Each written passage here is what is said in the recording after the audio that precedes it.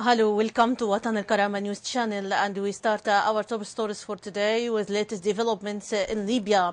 A Ministry of Foreign Affairs and International Cooperation condemned the terrorist attacks that targeted Tunisia, Kuwait, France, killing dozens of innocent people. The Foreign Ministry noted that implementation of such attacks in both the Middle East and Europe is a proof that terrorism is a non-Muslim commodity but is a criminal activity targeting Muslims and others alike.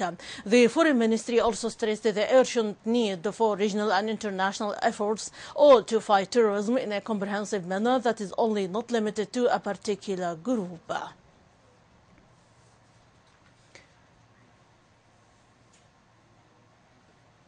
Participants in the political dialogue meeting that was held in the Moroccan city of Sokhayrat condemned the terrorist attacks that took place in Tunisia, Kuwait, Somalia and France.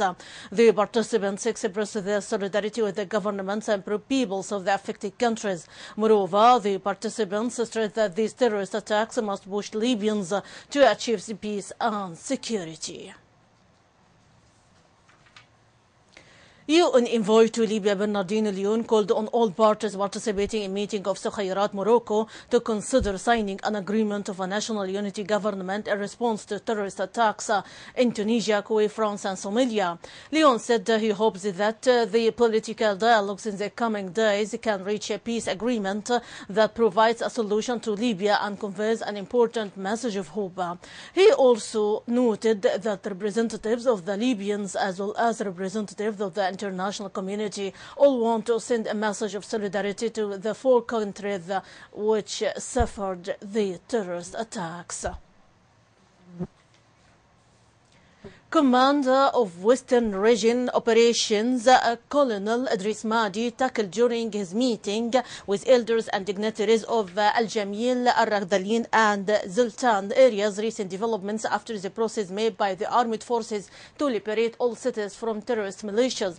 The meeting, which was attended by Commander of Watiya Base Operations, Colonel As-Sadiq Al-Marzuqi, and Commander of Brigade Number 217, Colonel Ali Al-Jiriya, also touched upon some problems in addition to activating the role of both police and army in these areas.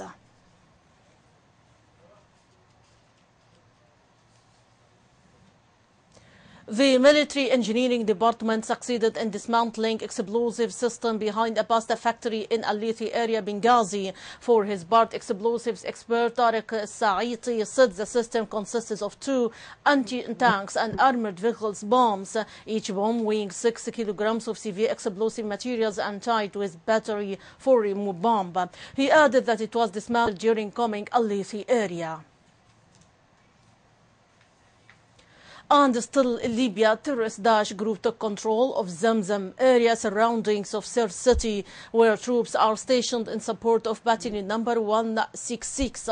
Moreover, a source noted that armed elements of the group entered the Zamzam area that is about 30 kilometers away from Abu Qrain town without resistance. The village is located within the so-called Al-Hilal Al-Nafti crescent oil area, which includes the largest Libyan oil stockpile, and most of its population belong to Rafia and Al-Qadatha tribes.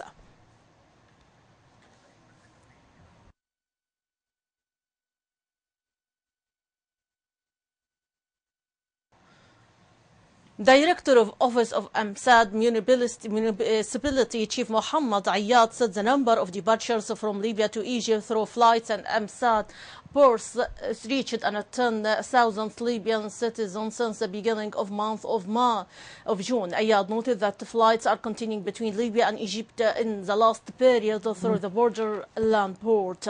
He said it's not allowed to enter through the air only by the Egyptian visa. Ayyad added that the land travel is through offering lists introduced daily by municipalities in Tobruk, Bir al-Ashhab, Amsad and 200 of Libyan citizens.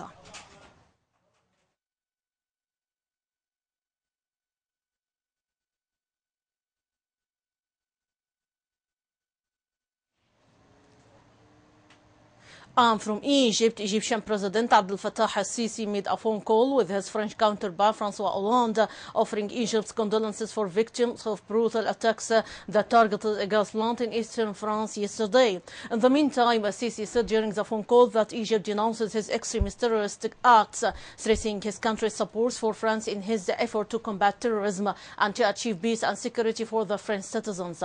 The Egyptian president also held depth of the friendship and cooperation relations joining the two countries, as well as the importance of boosting bilateral relations in various fields. Moreover, al-Sisi stressed that the importance of efforts exerted by the international community to effectively address terrorism and extremism.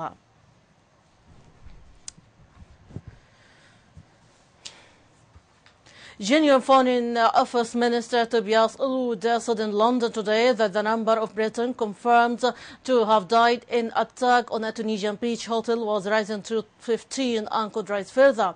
Ulude said it was the most significant attack on British people since bombings on the London transport system on July 7, 2005. He added that this act of evil and brutality demonstrates why we must confront this kind of extremism, wherever this happens, at home or abroad. A total of 39 people were killed in yesterday's attack by a gunman on the hotel in the resort of Souses, according to Tunisian authorities. A German, a Belgian and an Irish national were also among the victims. Meanwhile, hundreds more British tourists returned from Tunisia today with mixed reactions among those returning to Bristol airport. The attack took place during the holy Muslim month of Ramadan, on a day in which a decapitated body doubted with Arab written was found in France. A suicide bomber killed 27 people at a Shiite mosque in Kuwait, and at least 145 civilians were reported killed by terrorist Daesh militants in northern Syria. On to Yemen. Yemen's Houthi fighters fired missiles at storage tanks at Aden refinery today, starting a large fire, and 14 people were killed in clashes between Houthis and Saudi forces near the southern port city. Witnesses and residents said the attacks on the refinery in Breka area sent black smoke blowing in the sky. After months of conflict, Yemen is suffering from severe food storages, and its oil and gas industry has all but ground to a halt. Industry sources said in April that 150,000 barrels per day refinery had shut its operations and declared force majeure on its imports and exports due to the war.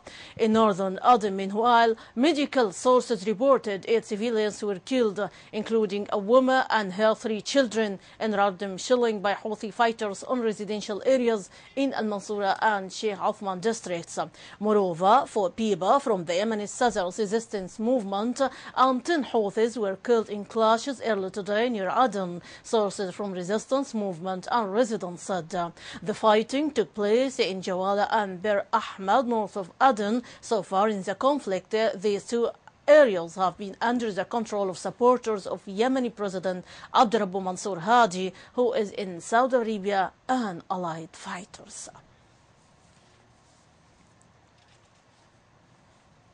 Fighting continues to rage in southern Syrian city of Daraa in the northwestern city of Haska. A Syrian TV report broadcast today showed images of burned out vehicles, dead bodies and damage in Daraa. In another sequence, the report showed government troops firing weapons at rebel positions. Insurgents have made significant gains against the Syrian military and allied militia in southern Syria in recent months, capturing positions including a military base, a border crossing with Jordan, and a town. Meanwhile, in the northeast, the terrorist Daesh group raised another assault in government-held areas of Haska city, clashing with the Syrian army after blowing up a security building and triggering a government bill for residents to take up arms. Hasaka government described the situation as fine, but called on residents to defend the city. Hasaka province is important because it sits between terrorist Daesh group-held territory in Syria and Iraq, and reaches north to the Turkish border. And now we transfer to Iran, saying U.S. and Iranian officials said hard work was still needed as they met in Vienna today for what could be the final negotiations to bridge significant differences on an agreement to curb Iran's nuclear program. U.S. Secretary of State John Kerry told reporters, "We have a lot of hard work to do. We have some very touchy issues." For his part, Iranian Foreign Minister Mohammad Javad Zarif said, "I agree, may not be on the issues, but on the fact that we need to work really and hard in order to be able to make progress and move forward." Nonetheless, Kerry also said he was hopeful of a successful outcome. His meeting with Zarif ended after 90 minutes with a self-imposed deadline approaching on Tuesday. Both sides emphasized that major obstacles emerged in finalizing a deal under which Iran could cut back its nuclear program in exchange for relief from economic sanctions. The main differences are on the pace and timing of sanctions relief for Iran in return for its steps to restrain its nuclear program, and on the nature of monitoring mechanisms to ensure Tehran doesn't cheat on any agreement. The United States and some Western nations feel that Iran has been trying to develop a nuclear weapons capability, but Iran says its program is for peaceful purposes only. And finally, from Greece, the chairman of Eurozone Finance Minister Gerard Dijsselbloem said today Greece's decision to call a referendum on the demands of its creditor doesn't excuse it from paying its debt, and Eurozone ministers are now discussing what to do now. Athens has rejected a cash for reform deal. Speaking in Brussels, he says the Greece government decisions to effectively end the negotiations and put the matter to a public vote was regrettable. He added, "We will reconvene directly after this press conference to look at further steps to take, determined as we are to maintain the strength and credibility of Eurozone." Meanwhile, Greek Finance Minister Yanis Varoufakis led the meeting of Eurozone Finance Minister today after failing to get an agreement to extend the current ballot deal after a referendum next week.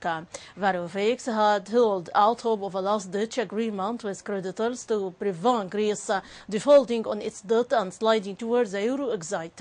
He said the refusal of Eurozone Finance Minister to accept Greece's request for a short extension to the ballot agreement to take account of referendum announced for July 7 struck a serious blow to one of the foundations of the single currency.